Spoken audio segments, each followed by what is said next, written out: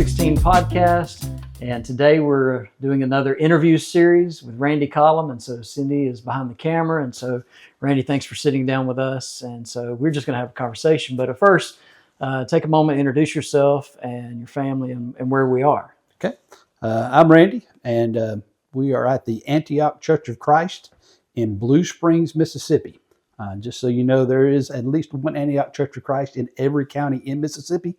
I don't know that exactly to be a fact, but I'm waiting for somebody to prove me wrong. But we are just outside of Tupelo is probably the best way to find us. I grew up in South Haven, Mississippi. B.J. Clark as my preacher. And so a lot of the things that I've carried with me came from him. It's where my wife and I got married. Amy and I have been married for a long time. And we've got two girls that are both grown. One's married now and lives down in Starkville, and the other one is with us right now, just graduated from Freed Hardeman. And so we've been here since, this is November. We started the 1st of January here. Got here kind of from already being in the area. I was the director of the Pineville Children's Home in Corinth, Mississippi for about 7 years. And decided to step away from that work and ended up trying to find a way back into just regular full-time local work. And they were gracious enough to accept me here. And I know that's a much needed work, but certainly difficult work. Yes. And of course, I'm glad you're back in the pulpit. Yeah. And with your talent, you need to be. And so thankful for that. But you and I met at Memphis School of Preaching, obviously. And so tell us a little bit about your time, the year you graduated, because I know you're behind me. But yes, well, we both went through, as we mentioned the other day, we went through a little later in life. Yeah, and I think that was a great advantage. Mm-hmm. We had several guys in our class that came right out of high school and went, and many of them are still preaching. They're still staying with it. I had another whole career before I came there, mm-hmm. But that's helped me, helped me through school, helped me kind of weather some of that stress, knowing how to handle the stress of going through school.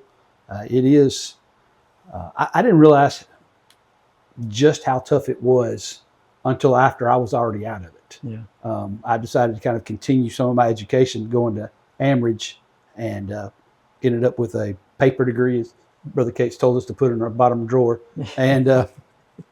And I did it like he said, I got it in something other than Bible. But while I was there, I started looking to take the classes, and it's like, okay, I'm going to take 10, 12 hours, look at maybe 15 hours one semester. And I said something about, well, how many hours were we taking at Memphis? And it's like, well, you're taking 30 hours a semester. And I said, well, no wonder I was so tired all the time. Yeah. But, I always said that what that helps you do is obviously when we get out of school, and especially if you end up at a smaller congregation like Antioch is, you wear so many different hats. Sure. You really don't slow down. Now you have to learn how not to dump all of your energy on one thing or one group of people thinking that they need to be running the same speed you're running. But if you divide that up, just run that same speed you were running in school, then that's really helpful. Not only have they taught us how to study and how to, learn for ourselves, but they taught us how to constantly be working on something for the good of whatever was coming next.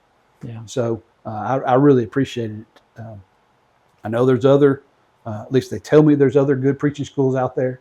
But, having grown up in South Haven and knowing the school for so many years, it's the caliber of the instructors that I knew what they had, knew where they stood, that really put them above any other school I even knew of.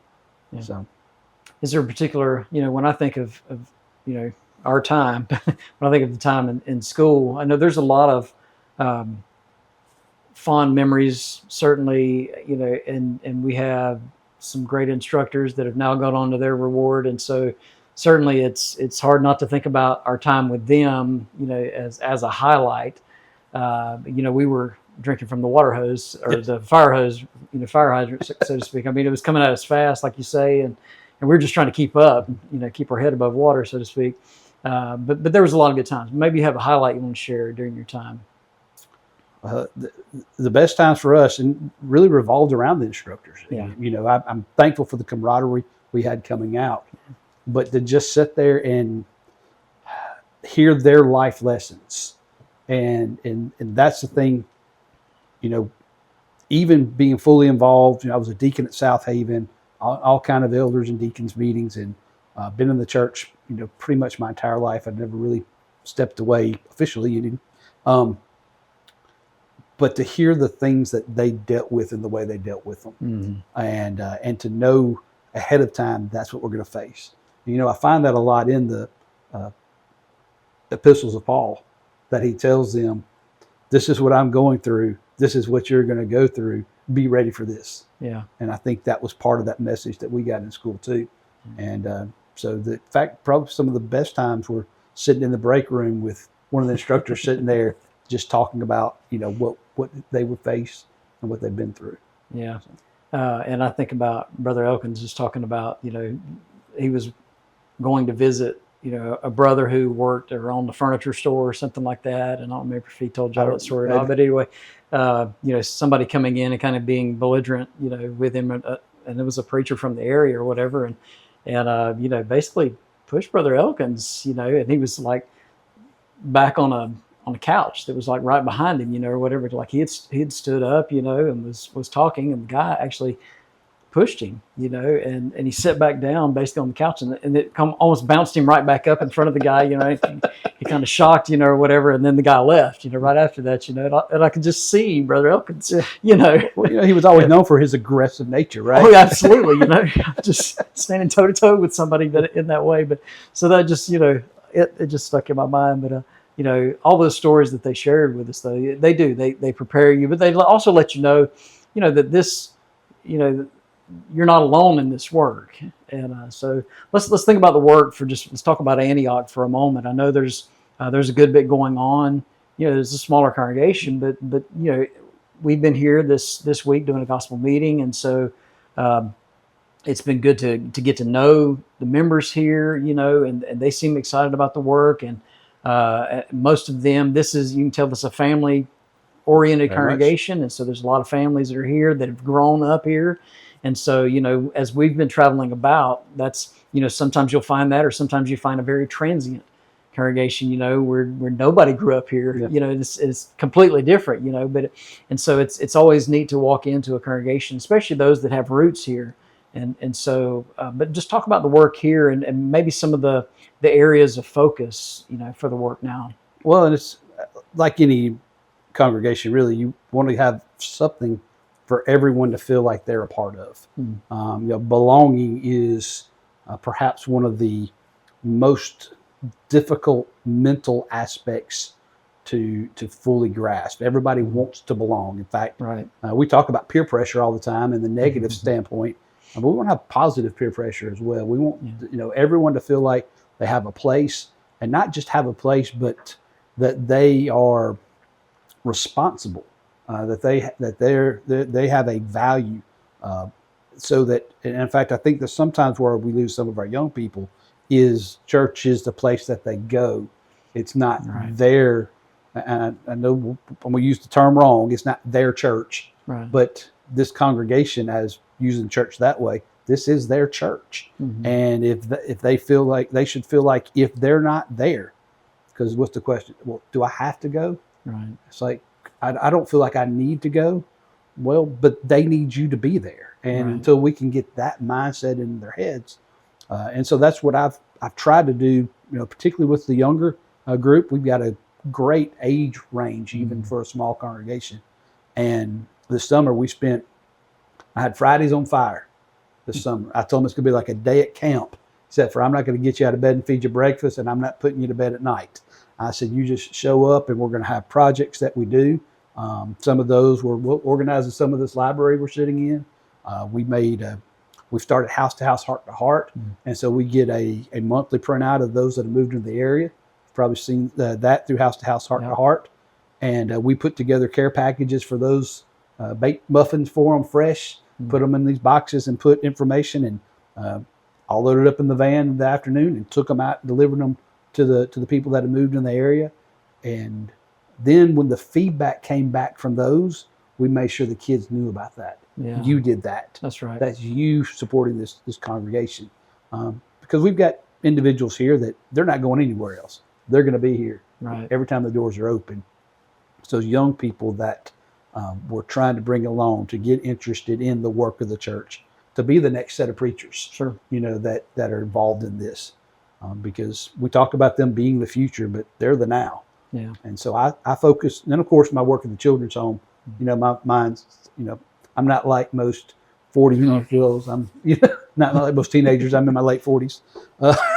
So I try to think like they do and keep them engaged in that. Yeah, that's good.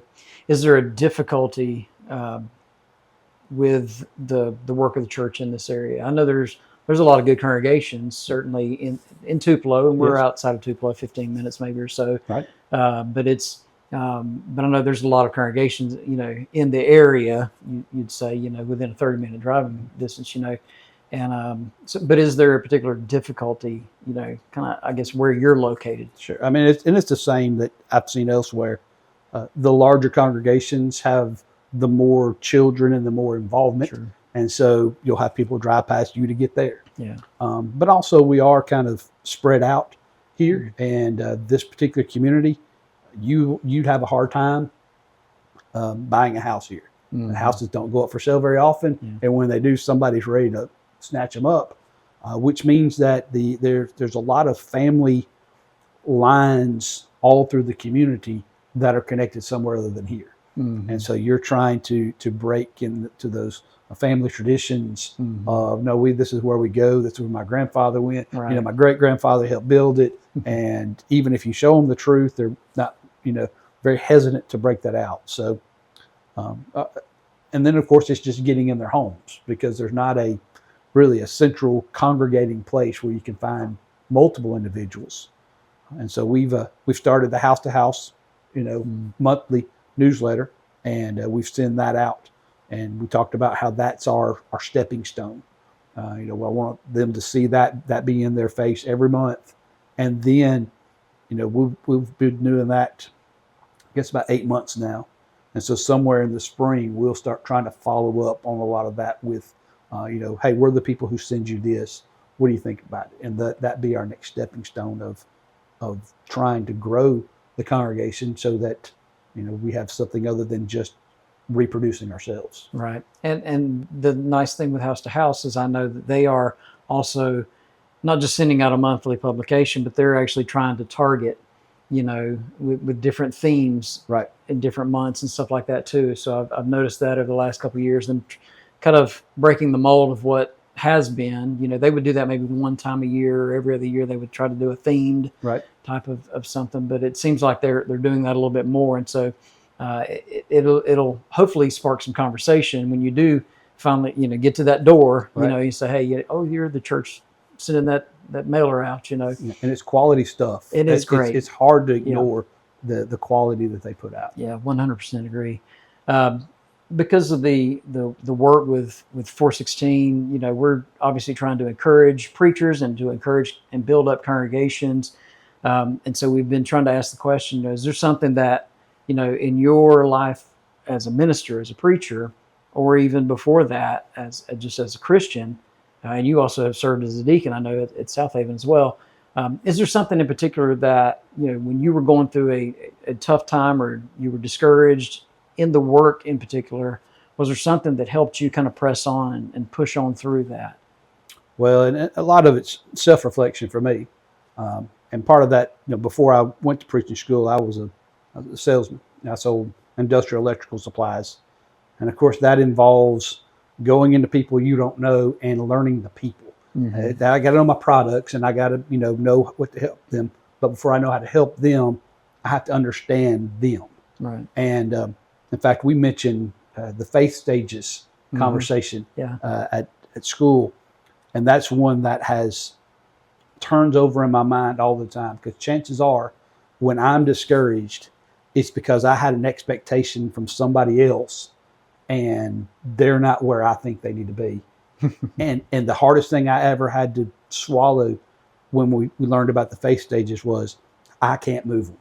Yeah. That was it. No matter what I do, I can't move them. They something in their life is going to have to happen before they will move to whatever that next stage of faith is. And then the other part that you have to swallow is they can still go to heaven from that stage. Mm-hmm. And so that self-realization, and that doesn't mean I don't encourage, exhort, Right.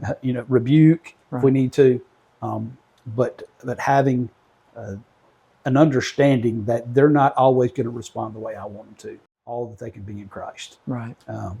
And so that's kind of what I go over in those times. Yeah, and watching people in those situations, that is difficult. You want to do it for them, Yes. but that's just like our children too. You kind of have to, you show them the way, you can teach them the way. They still have to do the things, That's right. And so that's important. I know Cindy probably has a question that she'd like to throw to you also. An extra. Okay. So mine's usually about coffee or something like that. We just went to a coffee shop down the road. Is that so? If someone was coming into town and they were looking for a coffee shop, what would you recommend? I'd recommend Collum's Cafe. That's a good one. I would recommend you sit at my table and I'll brew you up a pot of coffee. And we did that last night with y'all, and it was very enjoyable. Yes. I appreciate that. And if we know you're coming, I promise there'll be something sweet to go along with it. Yes. Chocolate cake. Yes. It was good. I think while I obviously love to gather together to worship, I think probably one of the things the church misses out on in our society today is the fellowship and I'm not talking about the fellowship meal. We've enjoyed plenty of those this week. Yeah. Yes, we have. but at the outside of an official called gathering, Mm-hmm. the camaraderie with one another. Yeah. And if you have that, and you really feel like that's when you can start working.